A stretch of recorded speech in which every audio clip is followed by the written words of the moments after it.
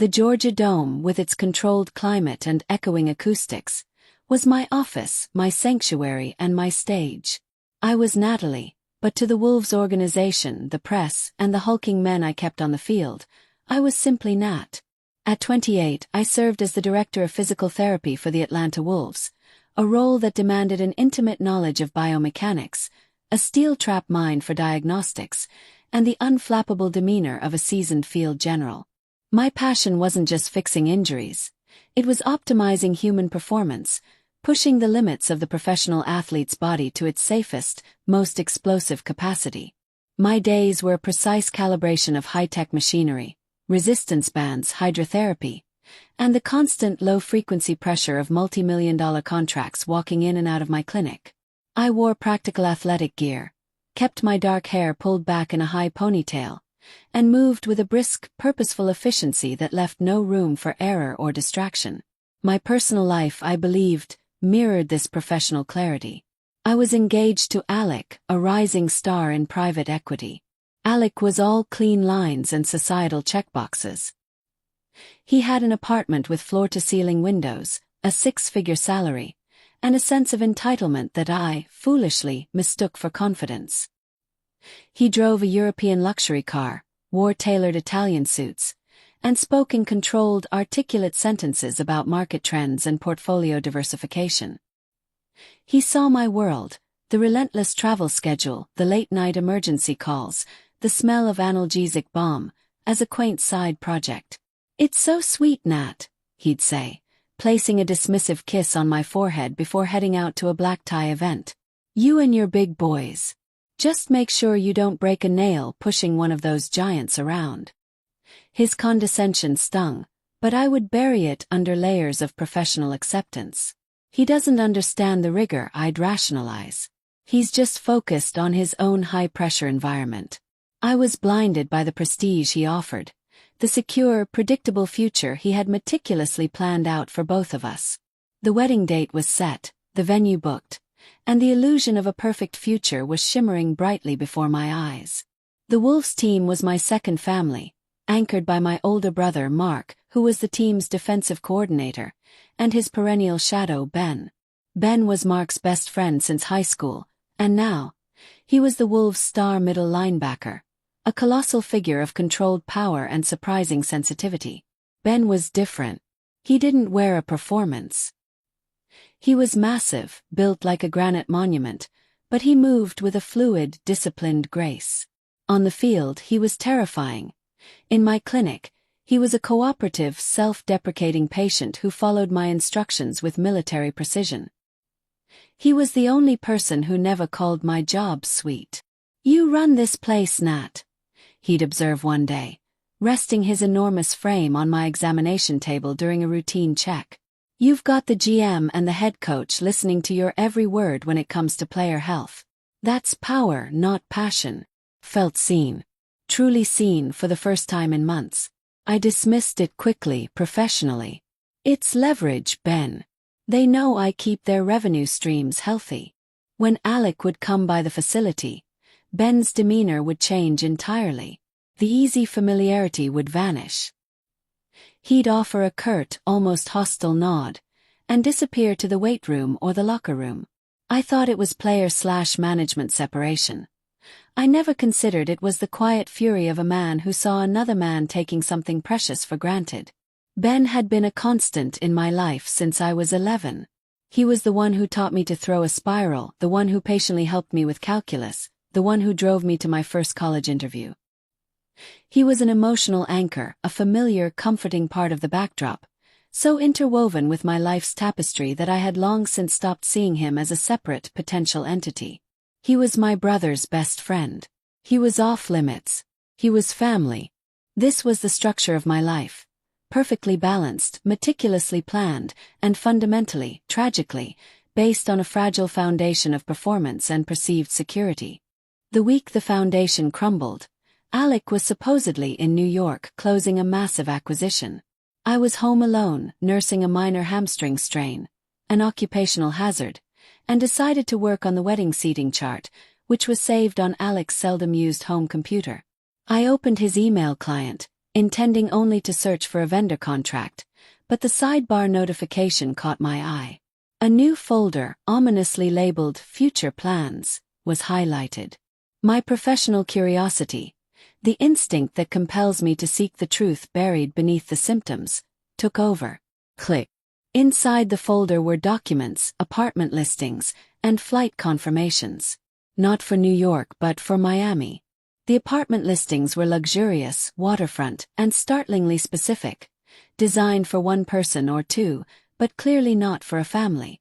There were photos of a woman, not the colleague I'd suspected, but someone entirely new, a bright young real estate agent from Coral Gables. The final piece of evidence, a thread of highly intimate, deeply affectionate texts with a subject line "Our Key West Escape," confirmed the sickening truth. Alec wasn't just having a physical fling. He was actively, methodically constructing an alternative life. He was transferring funds, looking at schools, and discussing a potential move to Florida, all while simultaneously planning a wedding with me. He was hedging his bets, and I was the option he was preparing to discard if a better opportunity arose. The shock was a physical blow, a sudden rush of white-hot adrenaline followed by the deep-sea chill of existential dread. I didn't cry. Crying was an indulgence, a loss of control. I felt the same cold, clinical focus I used when diagnosing a career-threatening ACL tear. Pure, objective analysis of the damage. I sat there, the fluorescent kitchen lights humming over the wreckage of my future. The pain wasn't just the betrayal. It was the realization that I had fundamentally misread the most important equation of my life. I, the expert in reading physical stress, had missed the gaping psychological wound in my relationship. When Alec called later that night, his voice cheerful, slightly tired, and utterly convincing, I let him run his script. "Tough day, Nat. Big win, though. Just finished celebrating with the team. Missing my girl, though. Wish you were here to rub my neck." The team. "Alec, who are you talking to?" My voice was flat, dangerously neutral. "Just, the guys from the firm. We closed the deal, Nat. It's huge for us. I'll call you in the morning. Love you, baby." "You're not in New York, Alec. You're in Miami, and the team you're celebrating with is named Christina. And you're not celebrating a deal. You're celebrating your new life." I recited the facts, clinically, like reading off an MRI report. The cheerful mask shattered. The silence was absolute. Then the frantic panic defense. "Nat, wait. Don't do this. Don't ruin us over a misunderstanding. She's nothing, a temporary distraction. We have too much invested. The wedding, the down payment, your family will hate me."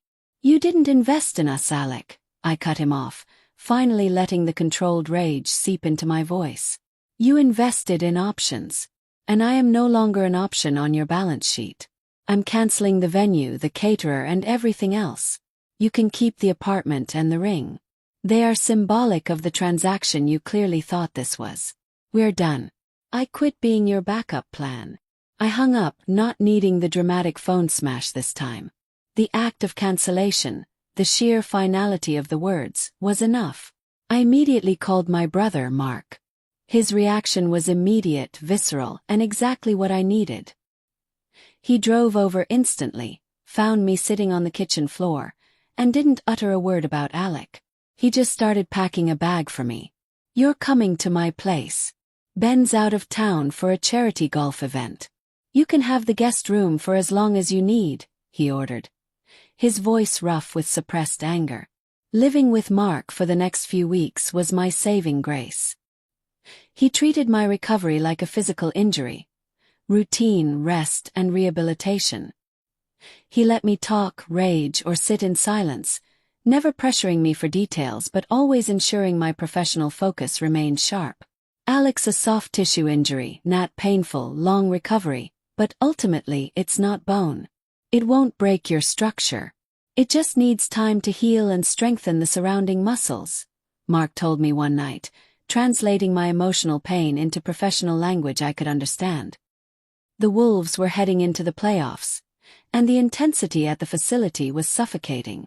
I threw myself into the work, using the high-stakes environment as a controlled distraction. I found a grim satisfaction in the demanding objectivity of my job, a world where the rules were clear, the effort was measurable, and the outcome was purely based on performance, unlike the chaos of my personal life. The day Ben returned from his trip, he found me alone in the hydrotherapy room, reviewing a complex shoulder rehabilitation protocol. He didn't greet me with his usual boisterous energy. He just stood in the doorway, his immense figure filling the frame, his eyes searching my face with an unnerving intensity. The air shifted, becoming thick with unacknowledged tension. "Mark told me," he finally said, his voice dropping to a low rumble that vibrated through the silent room. I straightened, adjusting my posture reflexively. "It's fine, Ben. Just a necessary adjustment. Nothing that impacts the team. Don't you dare minimize this, Nat. Not to me." He took 2 steps closer, folding his arms across his chest. The gesture was meant to look relaxed but only emphasized the coiled power beneath his shirt. "Alec is garbage. Always has been. The whole league knew he was a liability, and you were too loyal to see it." I felt a sudden defensive heat rise in my cheeks. "You don't know him. I know the kind of man who needs to stand on someone else to feel tall, Nat.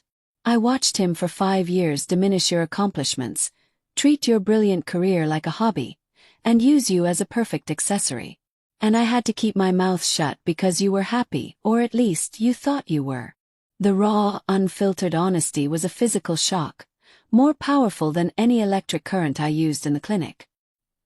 He took a breath, his gaze softening from protective anger to something far more intimate, far more terrifying.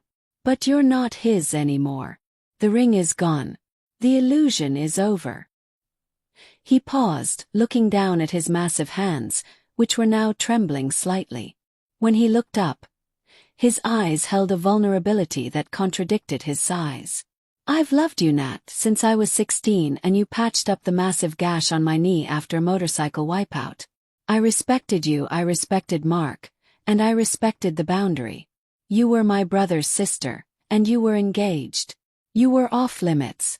Untouchable." His voice was rough now, strained with years of containment. "But the boundary is gone, Nat. He broke the sacred rule. Now I'm stepping in. I'm not asking for permission. I'm not asking you to love me back. I'm just telling you that I am done waiting on the sidelines." He stepped back toward the door, his movement a sudden, controlled retreat. "I'm going to pursue you, Natalie. I will be respectful, I will be professional in this facility, but outside these walls I'm coming for you. And I promise you this. I will give you the same stability and honesty you give your patients. I will never ask you to be less than the best version of yourself." He disappeared through the door, leaving me alone with the humid, silent air of the hydrotherapy room. My heart was hammering a furious rhythm against my ribs. I felt adrenaline, fear, and a terrifying, electrifying spark of hope. Ben, the anchor, the constant, was declaring war on my emotional solitude. The next few months were a masterclass in slow, careful courtship. Ben treated the pursuit like a physical therapy regimen. Gentle at first, focused on stabilization, gradually increasing intensity as the patient, me, regained strength and trust. He never once blurred the professional lines at work. In the clinic he was Ben, the meticulous patient, and I was Dr. Nat, the detached professional. The pursuit was characterized by Ben's deep, quiet understanding of my life. Alec had focused on the expensive gifts and the flashy dates. Ben focused on my comfort and recovery. Every morning, the specialized coffee appeared on my desk, now occasionally accompanied by a printout of an obscure article on kinetic chain management or the latest study on post-concussion syndrome. Articles he knew I hadn't had time to read, evidence that he saw my intellectual curiosity, not just my physical form. He understood my exhaustion. He didn't ask me on dinner dates. He asked me to come to his place and watch documentaries on forensic science, knowing I was a massive fan. He'd cook simple, nutritious meals, salmon, roasted vegetables, and we would sit in comfortable silence, the pressure of performance entirely absent. One evening, I found myself pouring out the frustration I felt about a complex case. A quarterback with a chronic shoulder issue that defied diagnosis. Ben listened, his large body entirely focused on my words. "It's the anterior capsule," I sighed, mapping the anatomy in the air with my hands. "I know it's tight, but the imaging is clean. It's a functional limitation, not a structural one." Ben, without missing a beat, leaned forward. "You're focused on the capsule. What if the secondary stabilizers, the rhomboids and serratus anterior, are compensating for an old thoracic spine immobility? That would alter the scapular rhythm, causing the capsule to load eccentrically." His insight, drawing from years of experiencing his own body's limitations and my brother's coaching expertise, was brilliant. The professional respect was intoxicating. Alec only talked about his stock portfolio. Ben spoke my language. I moved out of my brother Mark's place and into a small, bright apartment. Ben was there on moving day, hauling boxes with effortless strength. When he finished, he didn't try to kiss me or make a move. He simply assembled my ergonomic clinic chair, a complicated device, without looking at the instructions, then left a bag of groceries on the counter and said, "Rest, Nat. You earned the peace. Call me when you've decompressed." It was the constant, unwavering respect for my boundaries and my need for space that finally cracked the ice around my heart. The first kiss, 6 weeks into this measured courtship, happened spontaneously. We were cleaning up after making pasta at his place. I was trying to reach a high shelf for a jar, and he effortlessly lifted me by the waist, placing me gently back down, the jar in my hand. Eyes met. There was no pretense, no agenda, just the easy, powerful energy that existed between us. I leaned in, and he met me halfway. The kiss was slow, deep, and felt like the exhale of 5 years of held breath.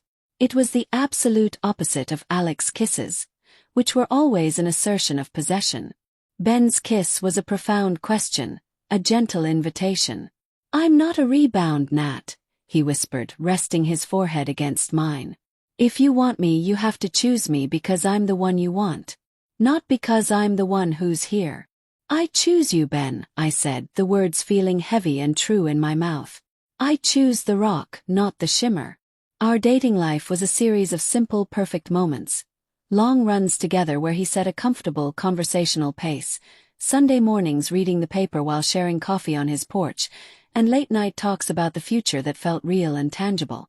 He was my anchor, the one person who made the ground beneath my feet feel solid again. I wasn't falling in love. I was settling into it, like a perfectly aligned joint finding its rightful place. Our relationship became public 2 months later. Mark was thrilled, the team was amused but supportive, and I felt the lightness of finally being authentic. We were attending the Wolves' annual charity benefit gala.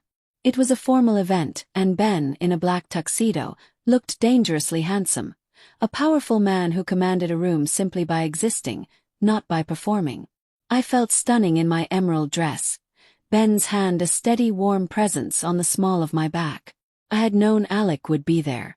He was a sponsor, still clinging to the periphery of the sports world. I was prepared for him, armored in the secure knowledge of my happiness.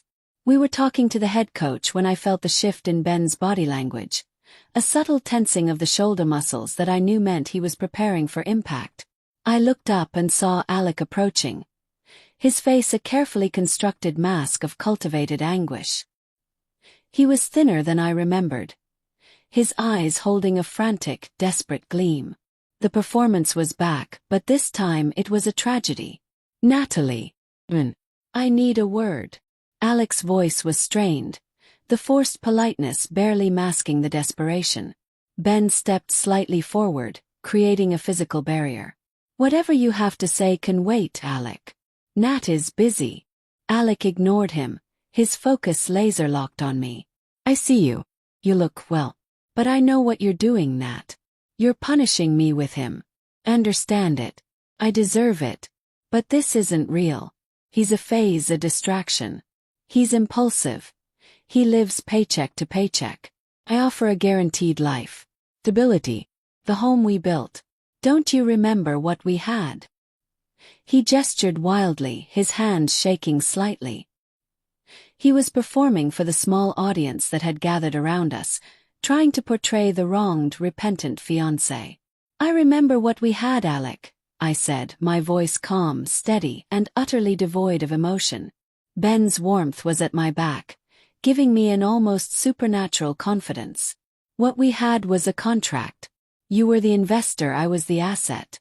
And the moment a better, younger asset became available in Miami, you broke the terms." Alec paled, realizing I knew the intimate details of his betrayal. "That was a mistake. A colossal error in judgment. I've been miserable, Nat. I realized that my professional success means nothing without you. I sold the apartment. I want you back. We can salvage this. He can't give you what I can. He can't give you my future." I took a deliberate step forward, meeting his gaze directly. My voice was low, clear, and final. "Alec, you are fundamentally wrong. You keep talking about what you can give me, your future, your stability, your assets. But you missed the entire point of what I am." I gestured to Ben, who was standing still, a silent mountain of support. "Ben doesn't give me stability. He is stability. He never tried to manage me. He never tried to control my ambition. He sees the effort I put in, and he respects it. He sees the person I am, not the accessory I can be." I turned, resting my hand on Ben's chest, feeling the steady, powerful thrum of his heart beneath the tuxedo. "The only thing I regret is not seeing him sooner. I don't want your money, Alec. I don't want your future. And I certainly don't want your remorse, because your remorse is just regret over the consequences you face, not the pain you caused." Ben finally spoke, his voice quiet but carrying the force of a full-speed tackle. "The doctor made her diagnosis, Alec. The relationship is non-viable. Stand down." Alec, defeated, his performance utterly rejected, could only nod, his face collapsing into true, unadorned misery. He looked old. He looked small. He turned and retreated into the crowd, leaving me victorious, not out of spite, but out of sheer, unadulterated truth. 3 years later, my life with Ben was not a fairy tale. It was a deeply practical, deeply felt reality. It was a life built not on the precarious illusion of perfection, but on the unwavering strength of partnership. Ben had retired from the field a year ago, transitioning seamlessly into a successful career as a high-performance athletic consultant and part-time coach. His disciplined energy found a new outlet in mentoring younger athletes, and his inherent kindness made him a natural leader. I had been promoted to vice president of player wellness, overseeing not just the physical therapy but the mental and nutritional health of the entire organization. We were both thriving, our careers intersecting beautifully without ever competing. We married in a quiet, deeply personal ceremony at a vineyard. No massive guest lists, no societal pressure, just our intertwined families, especially my brother Mark, standing up as Ben's best man. Standing before him, wearing a dress that felt like me, elegant but comfortable, I looked into Ben's eyes. They held the same unwavering devotion I had first seen in the hydrotherapy room, the day he declared his intentions. "I promise to always be your safe landing pad, Nat," he whispered, his massive hand covering mine. "I promise to never take your strength for granted, and to always recognize that the work you do for yourself is the most important work of all." My ring was a simple bespoke platinum band, heavy with meaning, not diamonds. It was a symbol of strength and durability, not flash. We bought a house not for show, but for comfort. A place with a huge, professional-grade kitchen, because Ben loved to cook, and a deep clawfoot tub, because I needed to soak my work stress away. The contrast with the life Alec had planned was stark and liberating. Alec had planned a penthouse and society dinners. Ben and I planned slow cooker recipes and documentary marathons. I reflected one evening as we sat on our screened porch, listening to the crickets chirping a steady rhythmic song. Ben was meticulously cleaning his old football cleats, polishing the leather with the same care he once treated his knee braces. "You know, I don't even think about him anymore," I confessed, stirring the ice in my glass. "Alec, He's just a reference point. The before chapter. Ben looked up, a soft smile touching his lips. Good. He taught you what you didn't want, Nat. He was the necessary diagnosis. And once the diagnosis is made, you move on to the rehabilitation. And you were my best damn protocol, I laughed. He stood up, walking over to the swing where I was sitting, and effortlessly pulled me into his arms, kissing me deeply. I didn't try to win you with grand gestures or promises of wealth, he said. His voice close, intimate. I won you with consistency. With showing up every single day, and refusing to settle for anything less than your absolute respect and affection. You fell in love with the peace, Nat. And I will guard that peace with everything I have.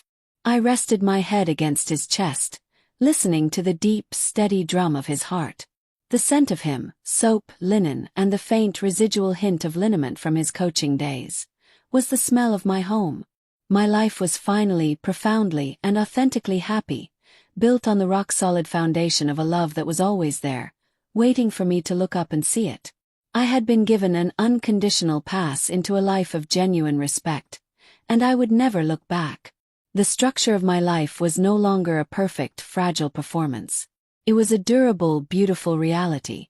I was the expert who had found her own perfect alignment.